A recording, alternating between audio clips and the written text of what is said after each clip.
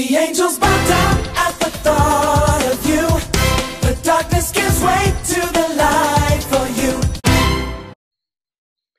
Livro de Êxodo, capítulo 20. Vamos ler, portanto. Preste bastante atenção aqui. Olha o que o texto diz. Então falou o Senhor Deus todas estas palavras. Eu sou o Senhor teu Deus, que te tirei da terra do Egito, da casa da servidão. Não terás outros deuses diante de mim, não farás para ti imagem de escultura, nem semelhança alguma do que há em cima nos céus, nem embaixo na terra, nem nas águas debaixo da terra. Não as adorarás, nem lhes darás culto, porque eu sou o Senhor teu Deus, Deus zeloso, que visito a iniquidade dos pais nos filhos até a terceira e quarta geração daqueles que me aborrecem. E faço misericórdia até 1000 gerações daqueles que me amam e guardam os meus mandamentos. Não tomarás o nome do Senhor teu Deus em vão, porque o Senhor não terá por inocente o que tomar o seu nome em vão. Lembra-te do dia de sábado para o santificar. 6 dias trabalharás e farás toda a tua obra, mas o 7º dia é o sábado do Senhor teu Deus. Não farás nenhum trabalho, nem tu, nem o teu filho, nem a tua filha, nem o teu servo, nem a tua serva, nem o teu animal, nem o forasteiro das tuas portas para dentro. Porque em 6 dias fez o Senhor os céus e a terra, o mar e tudo que neles há, e ao 7º dia descansou. Por isso o Senhor abençoou o dia de sábado e o santificou. Honra teu pai e tua mãe para que se prolonguem os teus dias na terra que o Senhor teu Deus te dá. Não matarás, não adulterarás, não furtarás, não dirás falso testemunho contra o teu próximo, não cobiçarás a casa do teu próximo, não cobiçarás a mulher do teu próximo, nem o seu servo, nem a sua serva, nem o seu boi, nem o seu jumento, nem coisa alguma que pertença ao teu próximo. Paramos por aqui e eu convido você a ouvir algumas coisas aqui com a mentalidade mais aberta. O que eu quero dizer com isso? A gente se prende às vezes a algumas coisas que aprendeu que não estão escritas na Bíblia, mas a gente, só porque acostumou a isso, a gente dá por, não, é isso aqui, pronto e acabou. Mas abra um pouco a sua mente aqui para algumas coisas alguns detalhes que vão ser aqui apresentados. Nós falamos 10 mandamentos, mas quando a gente olha aqui, a gente vê um texto corrido. Você viu um texto corrido? Onde começa um, onde acaba o outro, onde acaba, onde outro começa. Nós, protestantes, temos uma divisão, uma estrutura de 10 mandamentos. Os católicos têm outra. Aí você vai argumentar algumas questões e tal, que agora não vem ao caso da diferença, mas os judeus já têm outra, diferente tanto dos católicos quanto dos protestantes. Mas todos têm 10. Todos têm 10. Baseado em quê? Baseado em quê nós dizemos que são 10? Já parou para analisar isso? Qual a estrutura que a gente usa para dizer que são 10? Qual é o elemento que a gente utiliza como argumento para dizer que são 10? O livro de Êxodo, no capítulo 34, versículo 28, o próprio Deus apresenta que são as 10 palavras, são as suas 10 palavras. Talvez você tenha visto aí no título de hoje as 10 palavras em lugar de os 10 mandamentos. Você achou um pouco estranho, mas é justamente isso. São as 10 palavras. E eu vou continuar utilizando a expressão 10 palavras com um propósito, certo? Não é tão simples fazer essa separação dos 10 mandamentos. Por quê?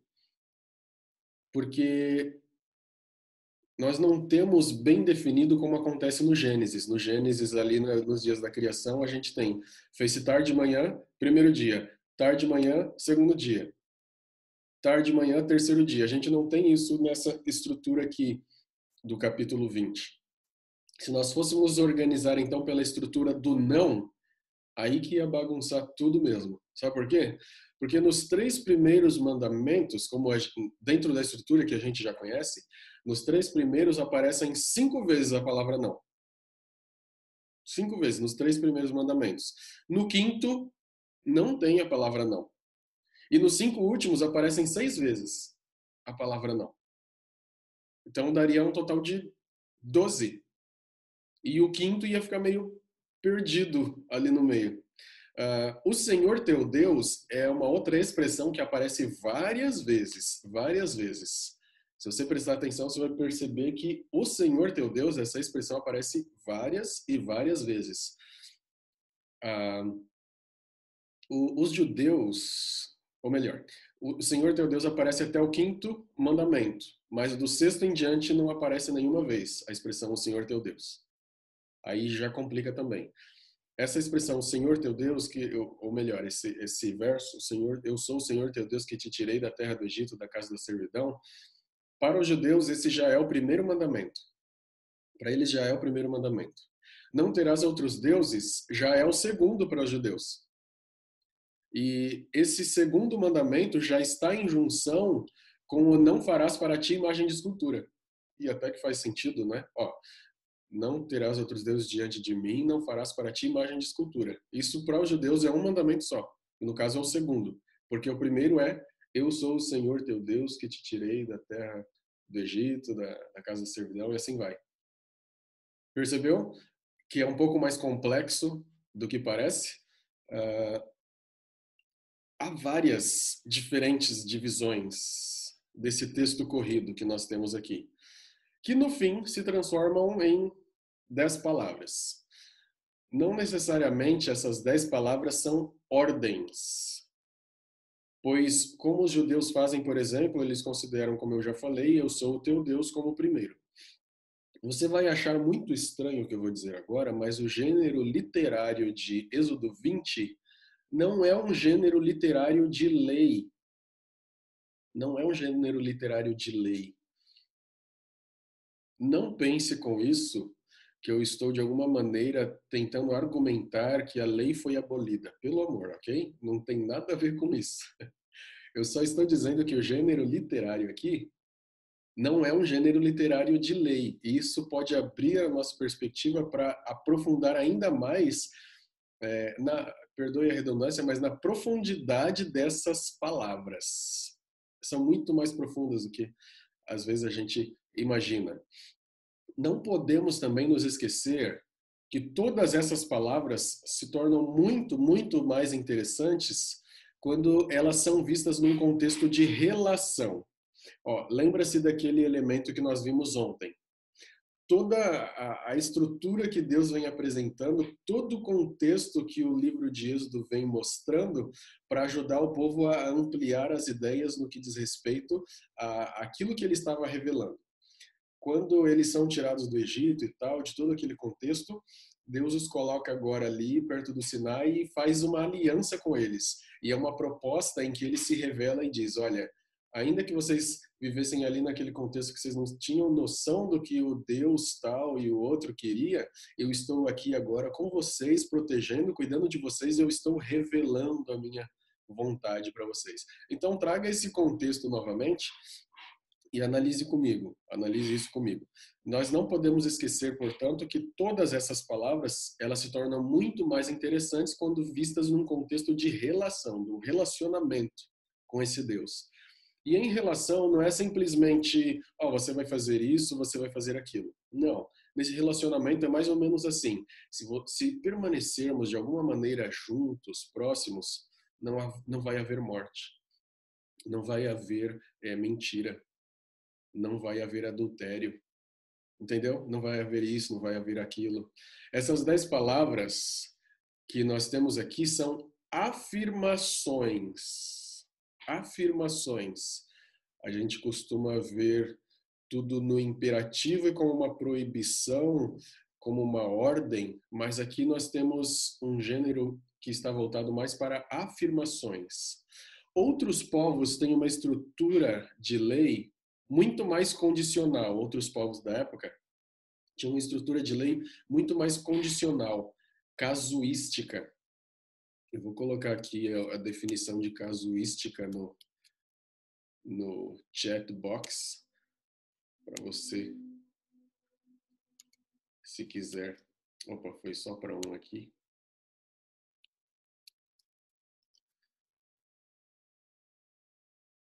Então, os outros povos, como eu mencionei, eles tinham essa estrutura muito mais condicional da lei. Se um homem fizer tal coisa, vai ser punido dessa maneira. Se fizer tal outra coisa, vai ser punido assim, assim, assim. E isso nós não vemos nos 10 mandamentos, nessas 10 palavras. Nós não vemos essa casuística aqui.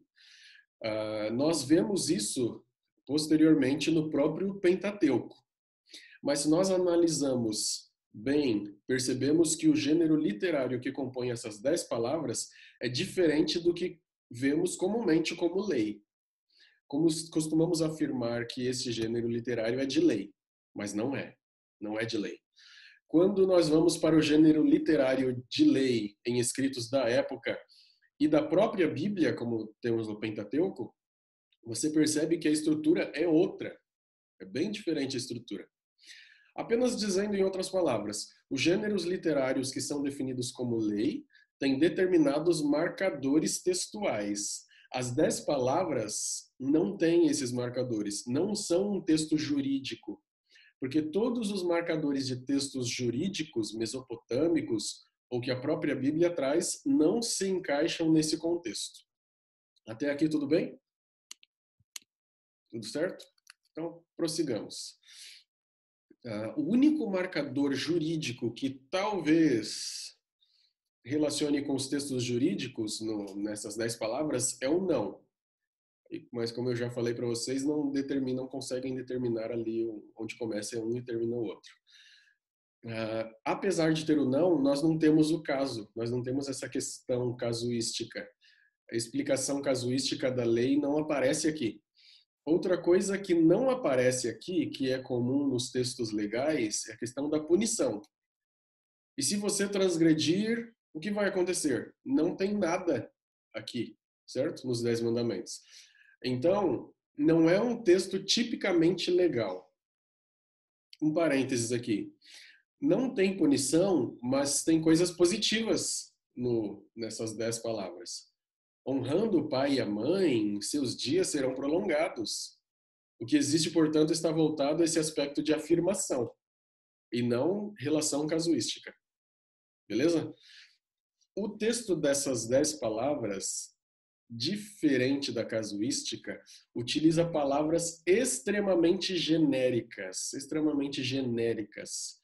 E isso torna um pouquinho a interpretação desse texto mais complicada. Por exemplo, visita a iniquidade. Visita como? Você percebe? Aqui nós não temos uma exemplificação de como ele vai visitar a iniquidade. É algo assim mais subjetivo. Não farás nenhum trabalho. Tá, o que é trabalho? No hebraico é melaha. E não tem nenhuma especificação. Então, o que vem a ser esse trabalho? Há várias nuances do texto que estão muito abertas. Não tomarás o nome do Senhor teu Deus em vão. O que é isso? O que é não tomar o nome do Senhor Deus em vão? É falar o nome de Deus? É pronunciar? O que seria isso? No hebraico é lo é não, lo tissá. Esse verbo tissá, sem a conjugação, fica nassá. O que é nassá? Nassá é carregar. Nassá é carregar. Literalmente carregar. E não é carregar embaixo do braço, não. É como se fosse carregar na frente, assim. Nassá é uma palavra interessante que aparece também para os levitas. o levita vai carregar o pecado do povo, por exemplo, para dentro do santuário. Então, não tomarás o nome do Senhor teu Deus em vão, é não carregar o nome do Senhor teu Deus de maneira vaidosa. Não tem a ver com ser passageiro, tem a ver com arrogância. Você não vai carregar o nome do seu Deus arrogantemente. E isso mudaria completamente a conotação daquilo que nós vemos no mandamento. Por exemplo, se alguém diz, meu Deus, não pode falar o nome de Deus assim em vão. Mas o texto bíblico, o mandamento não tem a ver com isso.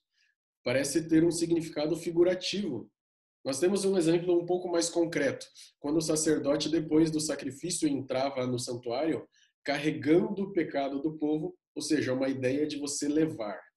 Quando Salomão faz aquela oração conhecida posteriormente, ele diz: se meu povo, que se chama pelo meu nome, ali, né, no caso, como se Deus estivesse dizendo, se meu povo se chama pelo meu nome, que está carregando, é o mesmo verbo que aparece ali, que está carregando o meu nome, que não faça isso em vão. Se você carrega o nome de Deus, não faça isso em vão. Não faça de maneira falsa, de maneira leviana. O verbo também está relacionado aos levitas quando carregavam a arca. Eles punham a arca nos ombros. O verdadeiro pecado aqui, então, é a hipocrisia, no final das contas. Quando as pessoas olham você e você diz que pertence a Deus, pertence a Ele, como você carrega esse nome? A sua vida pode estar tomando em vão, tomando a Deus em vão. Ali o texto ainda diz que Deus não terá por inocente quem tomar o seu santo nome em vão. Quem carrega o seu nome em vão. Percebe como podemos ampliar muito mais o conceito? A falta de especificidade nos leva a crer que essas questões estão mais relacionadas com atitudes internas do que necessariamente com algo específico que você faz ou deixa de fazer. Não é verdade? A falta dessa especificidade nos ajuda a perceber que a questão é bem mais pessoal, interna. Quando você vê Jesus, por exemplo, subindo no Monte das Bem-aventuranças, vê algumas palavras e conceitos que são um pouco mais subjetivos também, e nada mais é que uma revisitação do Sinai. Jesus está voltando, trazendo aqueles conceitos do Sinai. Adultério não é apenas o ato propriamente dito, mas o olhar com desejo, a postura que você tem. Então não é somente quando você mata, mas quando com suas palavras contra outra pessoa, você fere a outra pessoa. Percebe como é bem mais amplo? E Jesus, quando está ali no Monte das Bem-aventuranças, ele fala tudo assim também, de uma maneira mais ampla e traz para o cunho pessoal também. Uma curiosidade aqui, lá em Daniel, no aramaico, quando alguns falam, olha, aqueles três ali ficaram de pé, a linguagem no aramaico é assim, eles comeram a carne dos jovens, os que foram dedurar, se você for traduzir ao pé da letra, eles comeram a carne daqueles jovens ali. Esse canibalismo de hoje é visto como você matar, com as palavras.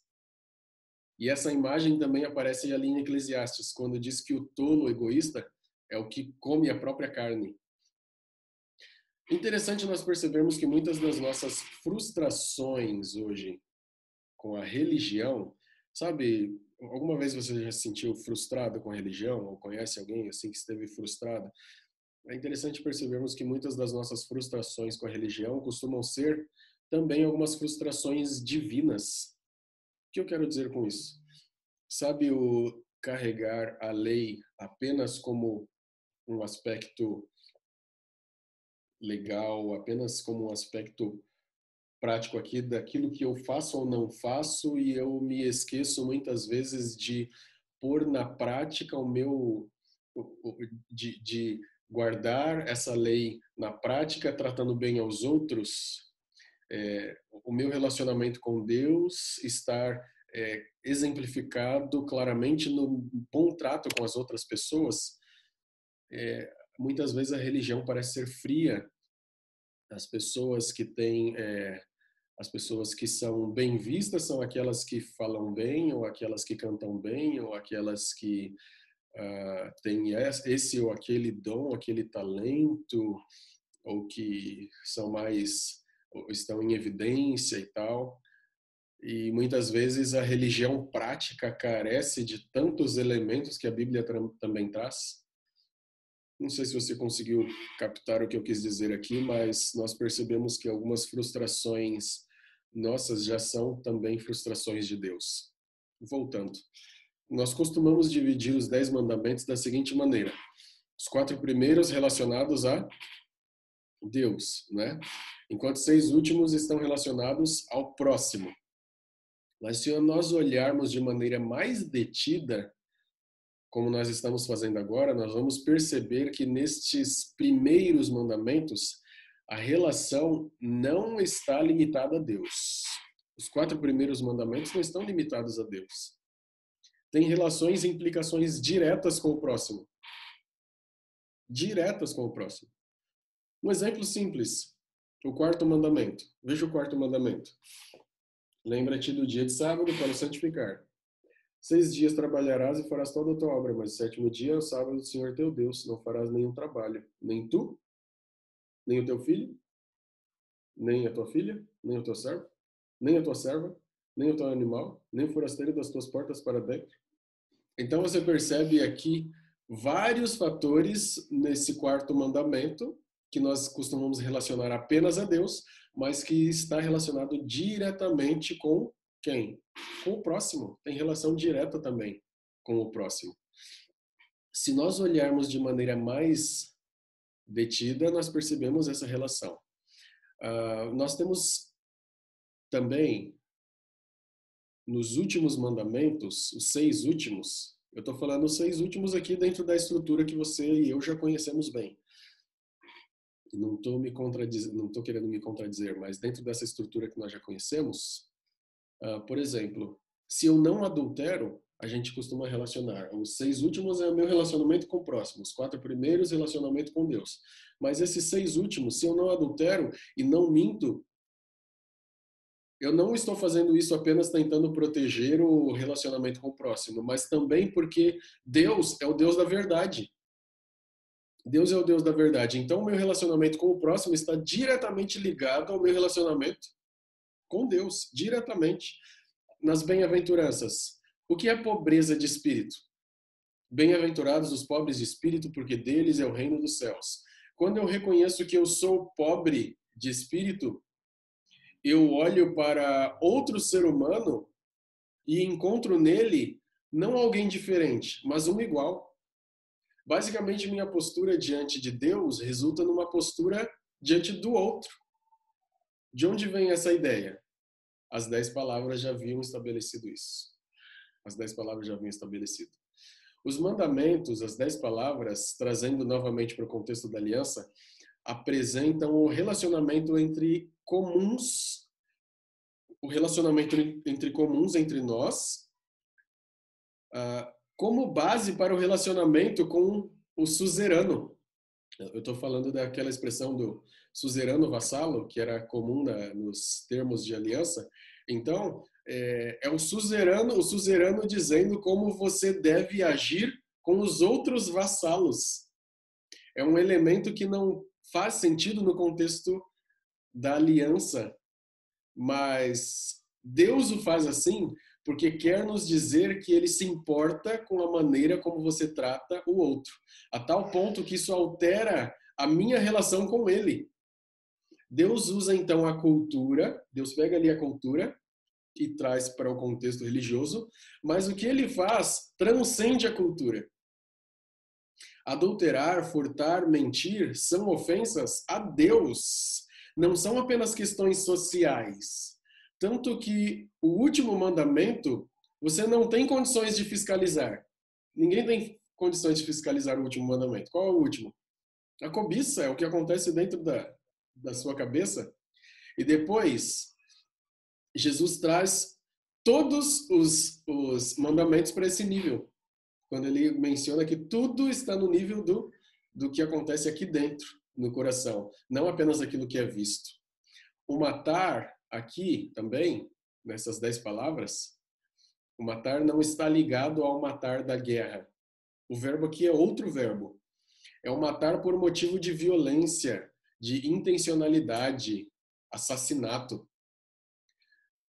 Voltando, portanto, no que dissemos no início, as 10 palavras transcendem o conceito de lei como costumamos conceber, que tem casualidade, punições e outras estruturas que nós vemos posteriormente. Tudo o que as 10 palavras estabelecem envolve uma postura interna diante de Deus, que resulta em algo visível em relação ao próximo. Venha o teu reino, seja feita a tua vontade, assim na terra como nos céus. Não foi isso que Jesus ensinou a orar? Então, ó, o cumprir essas palavras é o nosso desejo de que o reino de Deus venha e que nós assim façamos, assim na terra como nos céus. A preocupação de Deus não é com ele somente. Sua preocupação é com os outros, com o aspecto social, moral, apesar de tudo estar acima disso tudo e ainda ser espiritual. Basicamente, a proximidade de Deus via lei deveria nos humanizar e nos unir. Como é que a gente ama a Deus? Ah, eu amo muito, muito a Deus. Como é que você ama a Deus? Me explica isso. E a lei está ali para responder. É uma postura diante de Deus. Diferentemente das outras nações e civilizações que usavam as leis para controle social, Deus usa seus mandamentos para fazer uma aproximação entre Deus e o povo, e entre o povo e o povo.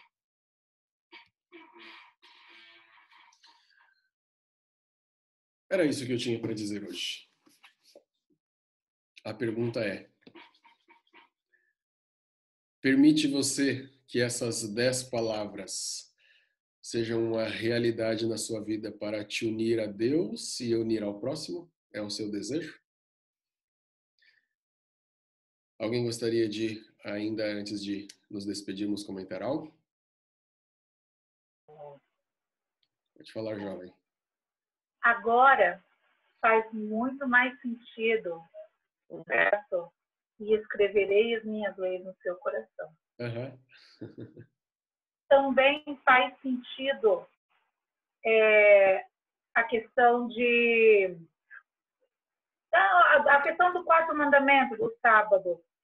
Na tua mente, no teu coração, o sinal na tua testa e na tua mão. Uhum. Porque é uma maneira prática. Eu acredito que não só o sábado, mas todos eles. Guardar o sábado não quer dizer nada se você não cumpre toda a lei, porque aquele tropeço na sua ponta é culpado de todos. Uhum. Eu achei interessante também, quando o pastor comentou das possibilidades de significado nas traduções. Será que isso também não deu, de certa maneira, os judeus não se acharam livres para pôr as suas próprias interpretações quando eles voltaram do cativeiro e encheram de regrinhas? Eles acabaram fazendo isso por causa do trauma, né?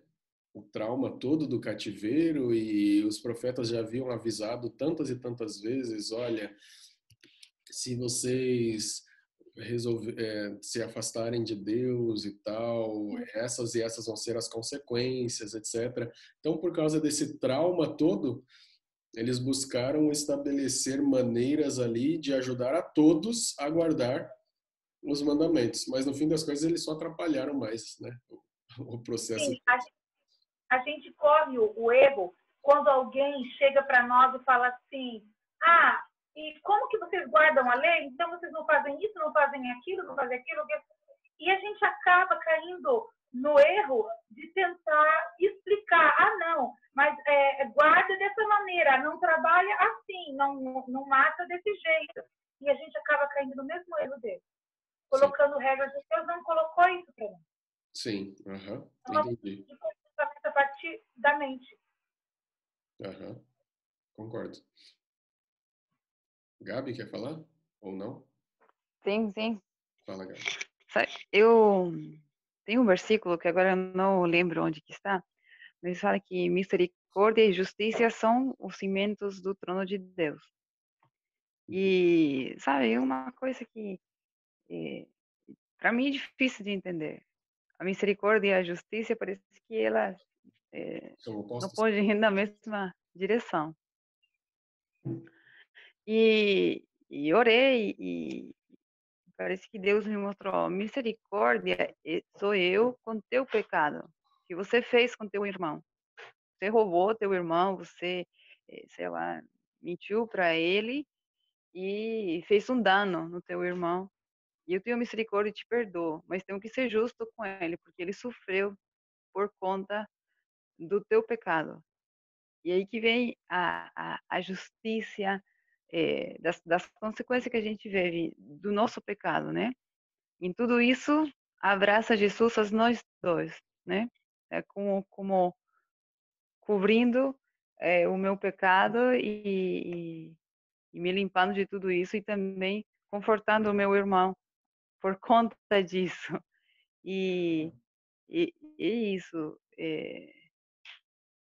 sempre vai ser um relacionamento entre nós e entre Deus. Não pode dividir como se fôssemos sei lá, duas pessoas. Não, sou eu me relacionando com Deus, eu me relacionando com meu irmão. Então, reforça essa ideia, essas 10 palavras. Legal. Mas seu português está muito bom, hein, Gabi? Olha só. Que orgulho. Parabéns. Fala, Claudiane. Eu sempre pensei que os 10 mandamentos fosse uma linha que nos dividisse por representar o caráter de Deus, pelos mandamentos ter essa característica de representar o caráter de Deus. Eu sempre vi os mandamentos como essa linha que divide o Deus perfeito e nós que precisamos lutar para segui-lo. Quando você disse que o objetivo de Deus dar a lei foi nos aproximar dele e nos aproximar do próximo, que o objetivo de Deus não foi traçar uma linha que dividisse o caráter dele do que a gente deve, sabe? Não sei se eu estou sendo clara. Me faz pensar. Me faz pensar como eu preciso aprender mais, como eu preciso conhecer mais a Deus. Eu ainda não enxergo Deus do jeito que eu acho que gostaria que eu enxergasse. Eu acho que ainda tenho que meditar mais. Eu entendi o que você falou, me corrija se não for isso, mas costumamos ver a lei como sendo aquilo que faz a diferença entre Deus e nós. Ele é santo e nós somos pecadores. Realmente nós somos pecadores.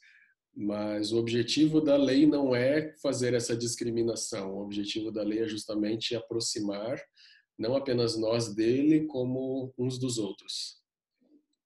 Gostei do que você disse. Gostei. Alguém mais? Fala, Ezer. A lei de Deus é perfeita, refrigera a alma. A lei de Deus é a expressão do caráter de Deus. E se nós dizemos que amamos a Deus, como podemos provar isso? E a Bíblia diz que se amardes a um dos meus pequeninos, a mim amareis. Então, o resumo da lei de Deus é: nós amamos porque ele nos amou primeiro. Mas mesmo assim, como podemos provar esse amor? Quando nós programamos ações na comunidade para abençoar a comunidade, traz a gente uma ideia de que nós estamos amando a comunidade. Parece que é apenas isso. Então, que nem algumas pessoas, eu ajudei uma família essa semana, vamos dizer assim. Ele está amando a comunidade por ajudar uma família? A expressão do amor de Deus em nossas vidas é a nossa integridade, ou seja, nós por inteiro, nosso sistema imunológico, a nossa vida, nossas ações, toda a nossa vida em prol dos outros. Acredito que se nós vivemos assim, não para ganharmos um galardão, mas porque amamos a Cristo, aí realmente nós estaremos amando a Cristo. Eu fico pensando assim, poxa vida, parece que eu não amo a Cristo porque eu faço pouco. Mas se eu ficar correndo atrás de fazer isso ou aquilo para mostrar para mim mesmo que eu amo a Cristo, também é um ato egoísta. Então, a lei de Deus deve, tempo a tempo, dia a dia, momento a momento, ou seja, todo instante fazer parte de nossas vidas, de uma maneira que nós possamos viver sem precisar demonstrar nada para ninguém. Assim, de uma maneira, como posso explicar melhor assim? Eu vou viver naturalmente as leis de Deus em minha vida, a ponto que as pessoas vão me ver e vão sentir essa luz. Não vão querer me perguntar por que eu faço isso, porque minha vida em si vai exprimir isso. Não precisará ter perguntas, por que você faz isso? Ou que nem alguns, a Ellen falou agora há pouco e isso me clareou a mente. As pessoas perguntam para a gente por que você guarda o sábado, por que você faz isso. As pessoas não precisarão perguntar quando nós vivermos, porque as nossas vidas responderão. Então, isso demonstrará que naturalmente os escolhidos, o povo separado para isso, vive Cristo Jesus na vida. E o amor será... eu até acredito assim, quando diz de pregar o evangelho a todas as nações, anunciando, batizando em nome do Pai, do Filho e do Espírito Santo. Que evangelho é esse? Eu entendo que é o caráter de Cristo, é o amor. O evangelho, para mim, é o amor, é Cristo Jesus. Eu entendo que se eu ficar lendo, dando estudo bíblico, isso para mim é simplesmente um à toa, se você não viver, se a pessoa não conseguir ver isso em você. Talvez o estudo bíblico futuramente vai tocar no coração dessa pessoa, o Espírito Santo vai tocar no coração desse querido, e ele possa entender aquilo que eu não entendi, ele possa viver aquilo que eu não vivi, e ele vai ser salvo e eu não, porque eu não vivi. Eu simplesmente só preguei, só abri a Bíblia e dei estudo bíblico. A pessoa pode entender e vai viver isso, e eu não vivi. Então, a expressão do caráter de Deus eu naturalmente ser, vamos dizer, a semelhança de Cristo Jesus para as pessoas. Legal. É isso. Ok. De tudo o que eu sinto, que eu entendo, Deus, ele me quer num relacionamento verdadeiro com ele, de coração, assim, verdadeiro mesmo. Ele não importa para ele a aparência. A gente se preocupa tanto com o que vão pensar, com o que vai parecer. Não, eu tenho que fazer isso porque é o certo. Mas lá no meu coração eu nem queria tanto, sabe? Deus, ele me olha de dentro para fora. Ele não quer que nem os fariseus faziam, de contar os passos, de não carregar 1 grama mais do que a lei permitia. Eu acho que isso aborrece a Deus, né? Frustra ele, porque o que ele quer é um relacionamento verdadeiro, né? Por que eu não faço isso? Tudo tem que ser fundamentado, baseado no amor que eu tenho por ele, no respeito, na consideração, no relacionamento bem verdadeiro, significativo.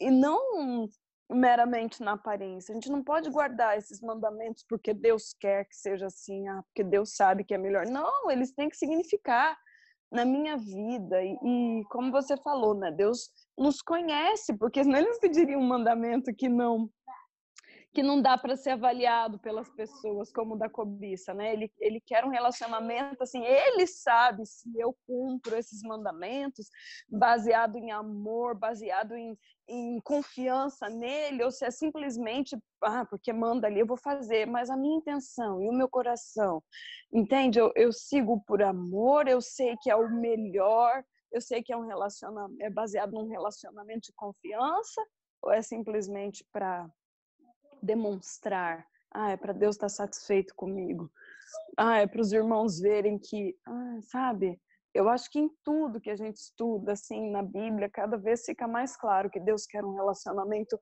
pessoal, próximo, verdadeiro, significativo. Eu acho que ele está de saco cheio de aparência já.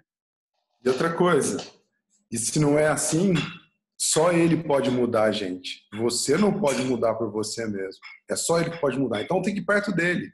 Você tem que estar perto dele, porque só ele é que pode te mudar. Então, longe dele não tem como viver aquilo que ele espera que nós vivamos com os outros. Então eu tenho que me aproximar dele, automaticamente eu me aproximo dos outros. O Espírito Santo opera em nós o querer e o efetuar. Verdade, isso mesmo. Vamos, portanto, orar mais uma vez. Luiz Menon, ora pra gente, meu jovem. Amém. Amado Pai, obrigado pela oportunidade que tu nos dá de estarmos aqui assistindo, prestando, ouvindo esse culto, Pai querido.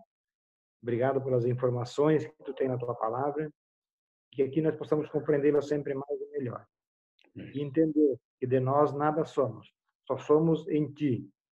Então, nos habilite a cada dia para que possamos transmitir o teu caráter. Esteja com cada um que pede na face da terra, para as tuas misericórdias, por Jesus. Amém. Amém.